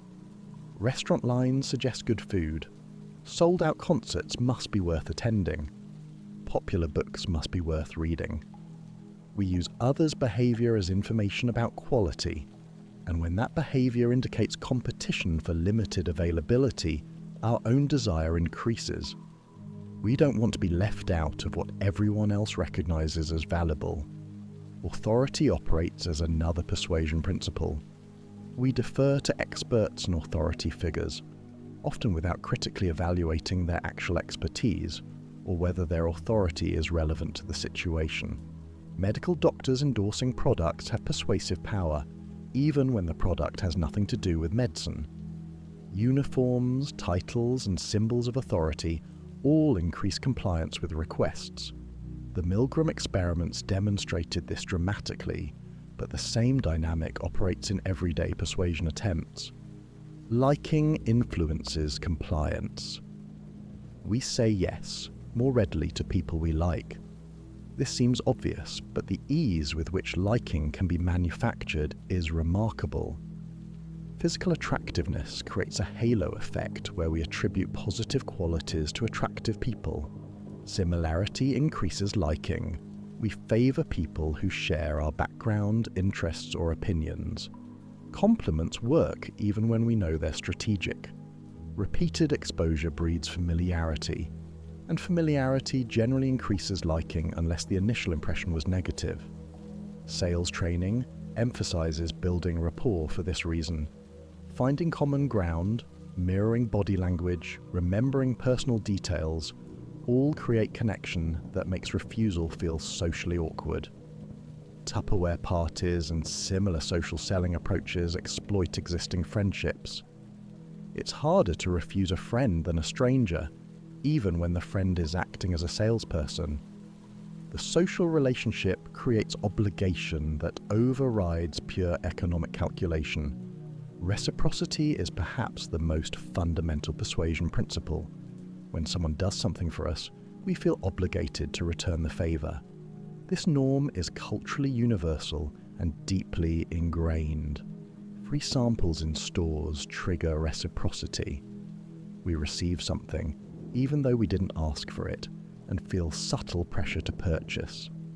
The gift wasn't requested and may not even be wanted, but it creates psychological debt that influences behavior. The Hare Krishna movement famously used reciprocity in airports, giving flowers to passers-by before requesting donations. The flower created obligation. Even people who threw the flower away immediately often gave money first. The reciprocity impulse operated despite recognition that this was a deliberate influence tactic. Knowing about the technique doesn't always protect against it, because the psychological pressure operates automatically. Understanding these persuasion principles serves two purposes. First, it helps us recognize when we're being influenced through structural techniques rather than through the merit of what's being offered. That sense of urgency about a limited time offer isn't necessarily reflecting genuine scarcity. It might be manufactured to bypass careful consideration. That commitment we made, even if small, is now shaping our subsequent decisions in ways we might not have intended. Second, it reveals that much persuasion operates through our own psychological mechanisms rather than through external pressure. We commit ourselves through consistency needs. We obligate ourselves through reciprocity impulses. We create urgency through scarcity perception. The persuader is simply structuring the situation to activate these automatic responses. Recognizing this allows us to pause and ask whether we actually want what's being offered, or whether we're responding to how the offer is framed. In the 1950s, a patient with advanced lymphosarcoma, a form of cancer, was given only days to live. His tumors were the size of oranges distributed throughout his body. He had fluid in his chest that required daily drainage. Then he heard about an experimental drug called crebiozin that was being tested at his hospital. He begged his physician to include him in the trial. The doctor, believing the patient would die within days anyway, agreed. The results were dramatic. Within days, the tumors had shrunk to half their size. Within 10 days, they had practically disappeared. The patient, who had been bedridden and requiring oxygen, walked out of the hospital and resumed normal activities. The physician was astonished. The drug appeared to have produced a miraculous recovery. 2 months later, reports began appearing in the press, questioning crebiozin's effectiveness. Studies showed it had no therapeutic value. The patient, who had been following these reports, relapsed. His tumors returned, his health deteriorated, and he became depressed. His physician made a decision. He told the patient that a new, improved version of crebiozin had been developed and was now available. In reality, he injected the patient with distilled water. Again, the results were remarkable. The tumors melted away. The patient's health improved dramatically. He remained symptom-free for another 2 months until a definitive report declared that crebiozin was worthless. Shortly after reading this report, the patient relapsed again and died within days. This case, documented by psychologist Bruno Klopfer, demonstrates the placebo effect in its most dramatic form. The patient's belief in the treatment produced genuine physiological changes. When that belief was undermined, the benefits disappeared. When belief was restored through deception, the benefits returned. The substance itself had no pharmacological action. The patient's expectations were doing the work. The placebo effect is not imaginary. It produces measurable biological changes. Brain imaging studies show that placebos activate the same neural pathways as active medications. When someone receives a placebo painkiller, their brain releases endogenous opioids, natural pain-relieving chemicals. The experience of pain reduction is real, not merely reported to please researchers. The mechanism involves expectation triggering actual neurochemical responses. The strength of the placebo effect varies based on several factors. Larger pills work better than smaller ones. Injections work better than pills. Brand name medications produce stronger effects than generic equivalents, even when the chemical composition is identical. More expensive treatments generate larger placebo responses than cheaper ones. The color, shape, and presentation of medication all influence effectiveness through expectation mechanisms. The ritual surrounding treatment enhances placebo effects. A physician who expresses confidence in a treatment produces better outcomes than one who is uncertain or dismissive. Time spent with the patient, physical examination, use of impressive equipment all strengthen the placebo response. This doesn't mean the interaction is fake or that the patient is gullible. It means that context and expectation genuinely influence biological processes. The nocebo effect is the dark mirror of placebo. Negative expectations produce negative outcomes. When patients are warned about side effects, they experience those side effects at higher rates than when the same medication is given without warnings. This creates an ethical dilemma. Informed consent requires disclosure of potential side effects, but that disclosure increases the likelihood of experiencing them.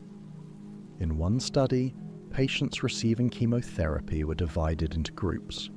Some were told they would likely experience nausea. Others received no specific warnings about nausea. The warned group experienced significantly more nausea than the unwarned group, despite receiving identical treatments. The expectation created the symptom. Their bodies generated the very experience they were told to anticipate. Nocebo effects extend beyond medication.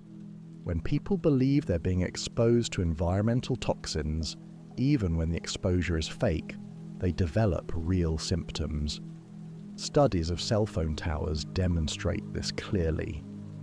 People who believe electromagnetic radiation from towers causes headaches, fatigue, and other symptoms experience these symptoms when told a tower is operating nearby. They experience relief when told it's turned off. In reality, the tower's operational status was random and unrelated to their symptoms. The belief alone generated the physiological experience. Cultural beliefs about illness shape symptom expression.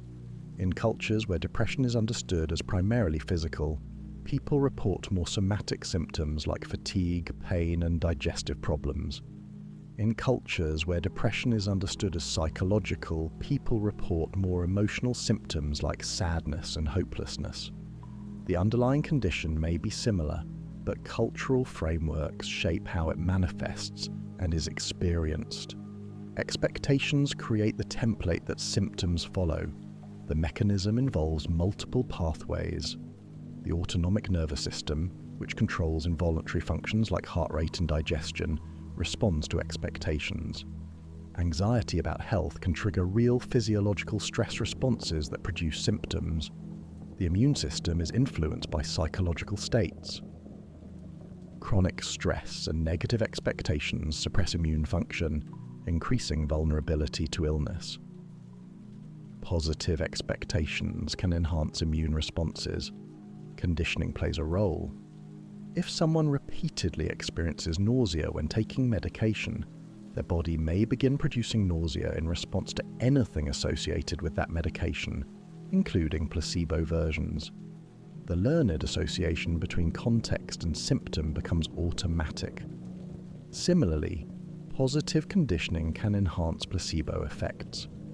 If someone experiences relief in medical settings, those settings themselves become cues that trigger healing responses. The implications for medical practice are significant. The therapeutic relationship matters, not just as emotional support, but as a biological intervention. How a treatment is presented influences its effectiveness. This doesn't mean lying to patients or abandoning evidence-based medicine. It means recognizing that the context of care is itself an active ingredient. Physicians who project confidence, who spend time with patients, who create positive expectations, enhance outcomes through placebo mechanisms that operate alongside pharmaceutical effects. This also explains why alternative therapies sometimes produce benefits even when their theoretical basis is questionable. Acupuncture, homeopathy, energy healing, and other practices may work primarily through placebo mechanisms. The ritual, the attention, the positive expectations all activate healing responses. This doesn't make these practices equivalent to treatments with specific pharmacological mechanisms, but it does explain why some patients report genuine benefits. The challenge is maintaining honesty while maximizing placebo benefits. Deception undermines trust and autonomy. But pure skepticism about treatment can create nocebo effects that reduce effectiveness. The balance involves presenting treatments optimistically while remaining truthful, emphasizing the positive aspects of evidence-based treatments, expressing confidence in their effectiveness, creating supportive therapeutic environments. All enhance outcomes without requiring deception. Understanding placebo and nocebo effects changes how we think about mind-body connections. Psychological states influence biological processes continuously. Beliefs, expectations, and emotions shape physiology in ways that produce real, measurable outcomes. This doesn't mean illness is imaginary, or that positive thinking cures disease. It means that psychological factors are part of the biological system, not separate from it. In 1974, psychologists Elizabeth Loftus and John Palmer showed participants film clips of automobile accidents.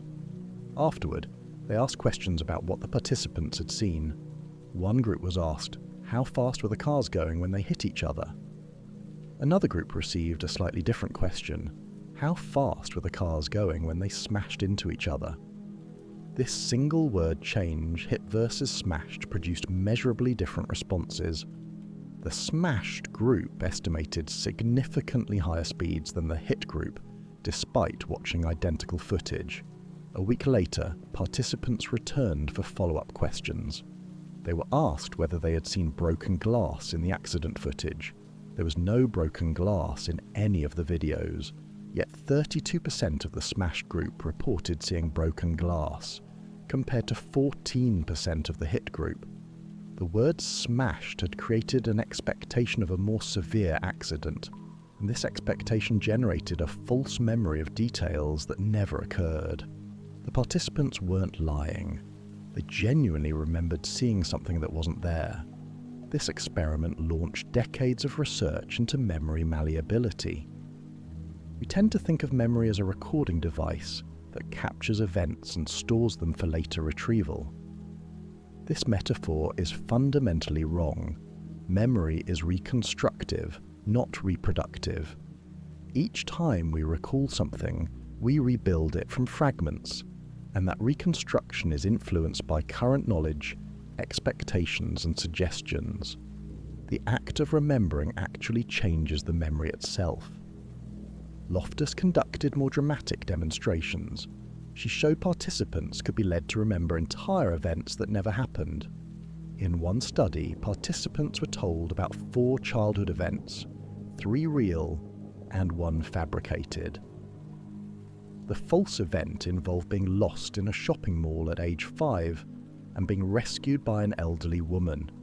Despite this never occurring, 25% of participants came to remember the false event after repeated interviews. They added details, described emotions, and expressed confidence in the memory's authenticity. The process involves several stages. First, misinformation is introduced through leading questions, false suggestions, or exposure to others' accounts.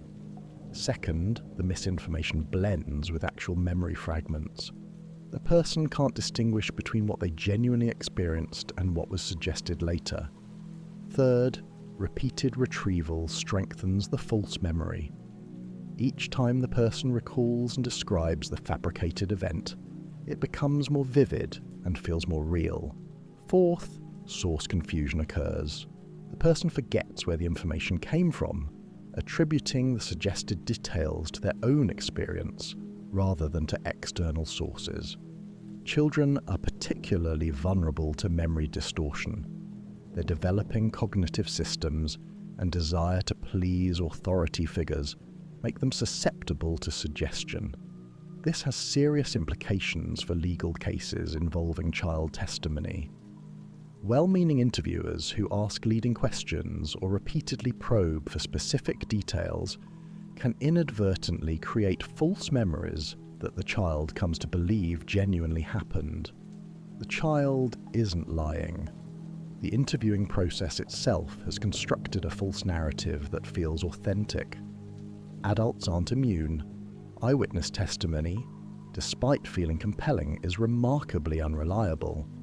Witnesses regularly misidentify suspects, especially in cross-racial identifications, where own race bias makes distinguishing features harder to encode and remember. Witnesses incorporate details from post-event information, including media reports and other witnesses' accounts, into their own memories without realizing the source. Confidence doesn't correlate strongly with accuracy. Witnesses who feel absolutely certain can be completely wrong. One mechanism involves expectations filling gaps. We don't encode every detail of an experience. Memory stores the gist along with some specific features. When reconstructing the event later, we fill gaps with what typically happens in such situations. If asked whether a weapon was present during a robbery, we might remember seeing one because robberies typically involve weapons, even if this particular robbery didn't. The schema, our general knowledge about how events unfold, supplies details that feel like memories, but are actually inferences. Emotional arousal affects memory in complex ways.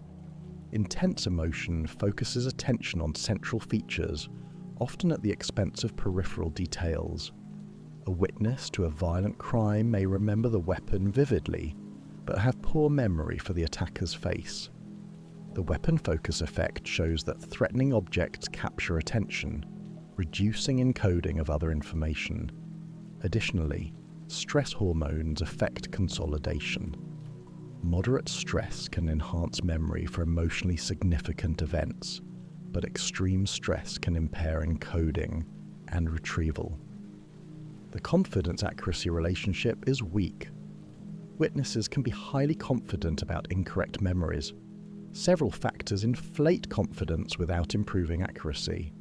Repeated retrieval increases confidence as the memory becomes more fluent and familiar. Positive feedback from interviewers boosts confidence. Time for consolidation makes memories feel more stable. None of these factors guarantee the memory is accurate.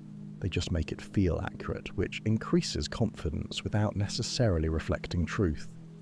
Social contagion spreads false memories. When people discuss shared experiences, they influence each other's recollections. One person's error can become part of another person's memory. This is particularly problematic in legal contexts where witnesses may communicate before giving statements. The first person to mention a detail, even if incorrect, can implant that detail in others' memories.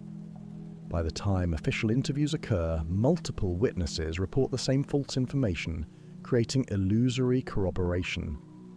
Therapy contexts have produced controversial memory issues. Some therapeutic approaches in the 1980s and 1990s assumed that repressed memories of trauma could be recovered through techniques like hypnosis, guided imagery, and repeated probing. This led to numerous cases where individuals came to remember childhood abuse that allegedly had been completely forgotten. Some of these memories were likely genuine. Others appear to have been created through suggestive therapeutic techniques. The resulting accusations destroyed families and led to criminal convictions, some of which were later overturned when the memory recovery techniques were recognized as problematic. This doesn't mean repressed memories never occur, or that all recovered memories are false. Memory for trauma is complex. Some traumatic events are remembered vividly for life. Others may be avoided or not thought about for long periods before being recalled. The controversy centers on specific techniques that actively encourage memory creation through suggestion and imagination, which can produce false memories that feel authentic. The key distinction is between spontaneous recall of genuine memories versus memories that emerge only through repeated suggestive interviewing. Understanding memory malleability has practical implications. In legal settings, it supports reforms in how witnesses are interviewed. Sequential lineups, where suspects are shown one at a time rather than together, reduce false identifications. Double-blind procedures, where the interviewer doesn't know which lineup member is the suspect, prevent inadvertent cueing. Immediate documentation of witness statements before contamination occurs preserves more accurate accounts. Recording interviews allows evaluation of whether questions were leading or neutral. For individuals, it suggests humility about memory. That vivid recollection of a conversation, complete with dialogue and detail, may not be accurate, even though it feels real. Arguments about who said what are often unresolvable because both parties are reconstructing rather than retrieving, and their reconstructions are biased by current perspectives. The certainty we feel about our memories doesn't guarantee their accuracy. This doesn't mean memory is useless or that we can't trust anything we remember. Most memories for routine events are reasonably accurate for practical purposes. The gist is usually correct, even if specific details are wrong. The issue is recognizing that memory isn't a perfect recording. It's a reconstruction influenced by numerous factors, some of which can introduce errors we're completely unaware of. This awareness leads to appropriate caution, especially in high-stakes situations where memory is being used as evidence. Confidence in memory should be tempered by understanding of how easily it can be distorted. Albert Bandura, the psychologist who demonstrated how children learn aggression through observation, later turned his attention to a different question. How do ordinary people commit harmful acts without experiencing debilitating guilt? How do soldiers kill? Corporate executives approve policies that harm workers, and bureaucrats implement destructive programs while maintaining their self-image as moral individuals. The answer involves moral disengagement, a set of psychological mechanisms that allow people to behave in ways that contradict their values without experiencing moral conflict.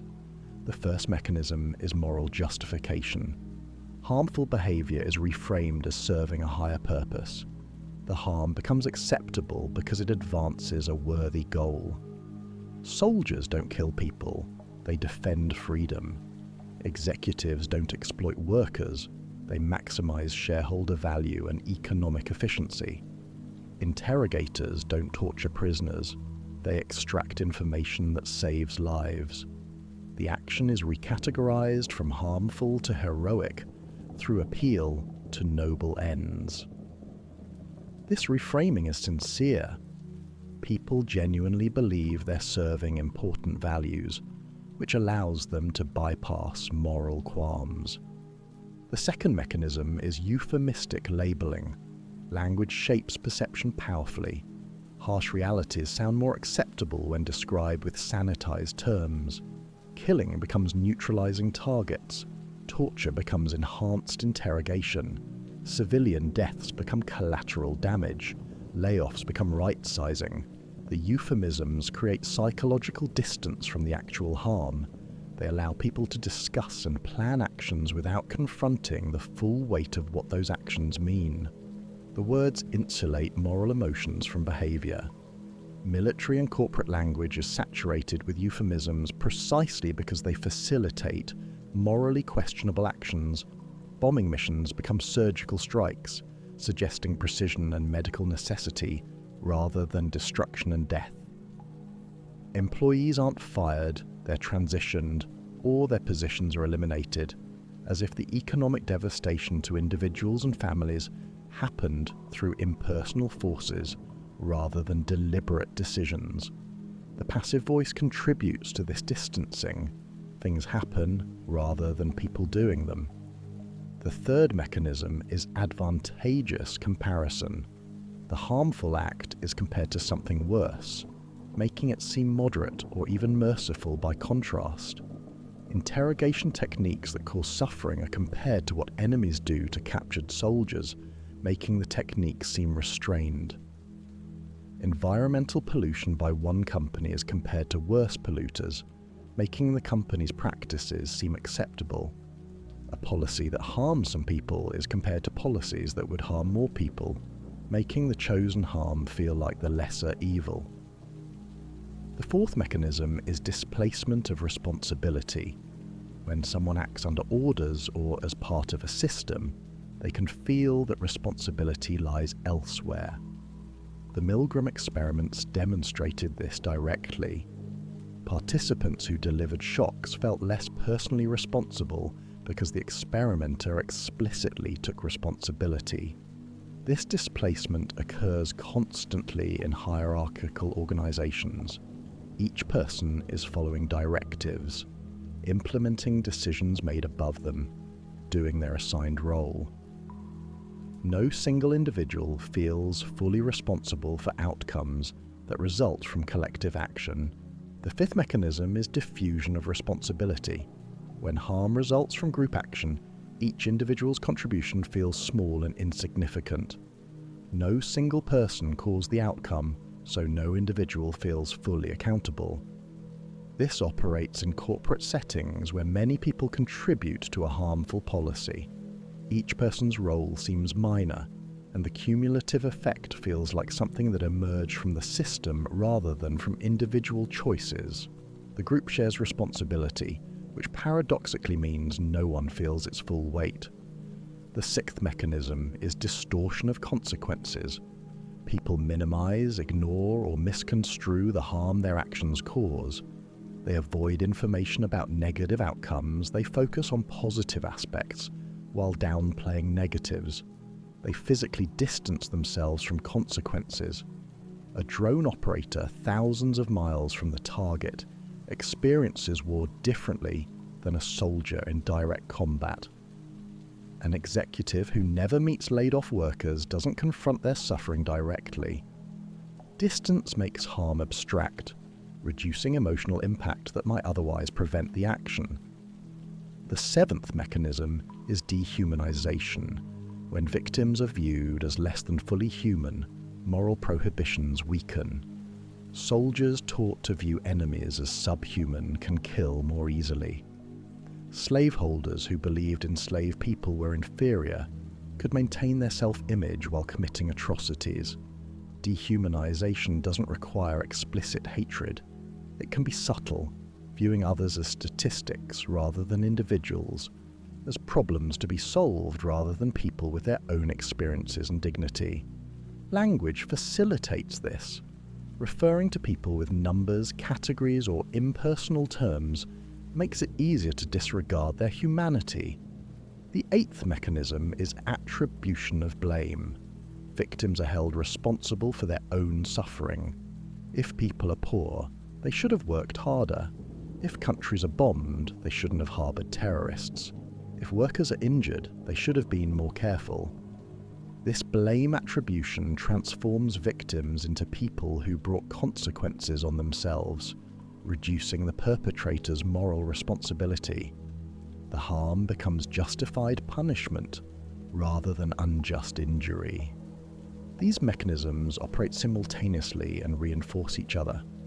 A soldier might justify killing through appeal to defending the nation, use euphemisms like eliminating targets, compare their actions favorably to enemy atrocities, feel they're following orders, view responsibility as diffused across the military unit, avoid thinking about the victims' families, dehumanize enemies through training and propaganda, and blame the enemy for starting the conflict.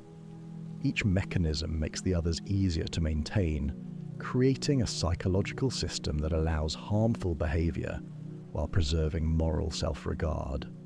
Moral disengagement isn't conscious hypocrisy.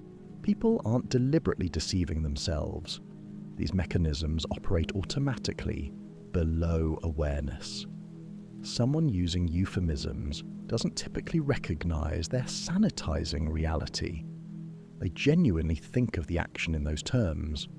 Someone displacing responsibility isn't cynically avoiding accountability.